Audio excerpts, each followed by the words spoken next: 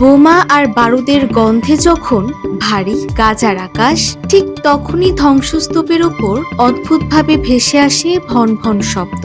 যে শহরে প্রতিনিয়ত ঝরছে প্রাণ, সেখানে মৃত্যুর এই বিশাল মিছিলে হুট করেই যেন জীবনের এক নতুন বার্তা নিয়ে হাজির ক্ষুদ্র একদল যোদ্ধা। তারা কোনো অস্ত্রধারী নয়, তারা কেবল দিক বিদিক উড়ে চলা একদল মৌমাছি। কিন্তু এই পোড়া শহরেই কিভাবে আজও ফুটে আছে ফুল, আর বারুদের ধোঁয়া ঠেলে কারা তাদের ফিরিয়ে আনছে যাকে?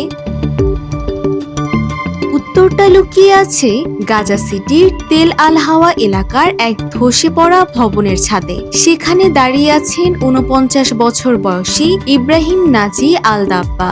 স্বজন, ঘরবাড়ি ও ব্যবসা প্রতিষ্ঠান হারিয়ে নিঃস্ব এই মানুষটির কাছে বেঁচে থাকার একমাত্র সম্বল এখন কয়েকটি মৌচাক। যুদ্ধের আগে যার ৪০০টির বেশি আধুনিক মৌচাকের বাক্স ছিল, আজ তিনি ধ্বংসস্তূপ থেকে কুড়িয়ে পাওয়া কাঠে বাসা তৈরি করেছেন এই ক্ষুদে পতঙ্গগুলোর জন্য।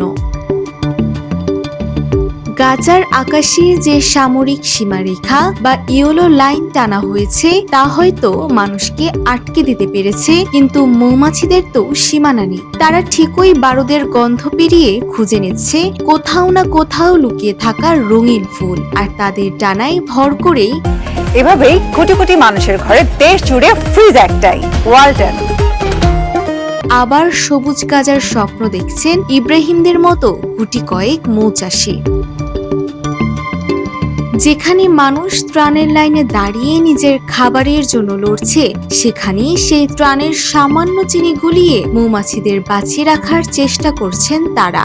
গাজার কৃষি প্রকৌশলীদের মতে ৩০,০০০ মৌচাকের শহর গাজায় এখন টিকে আছে মাত্র ৭০০র মতো চাক। মধুর আশা তারা বহু আগেই ছেড়েছেন, এখন কেবল প্রজাতিটাকে বাঁচিয়ে রাখার লড়াই।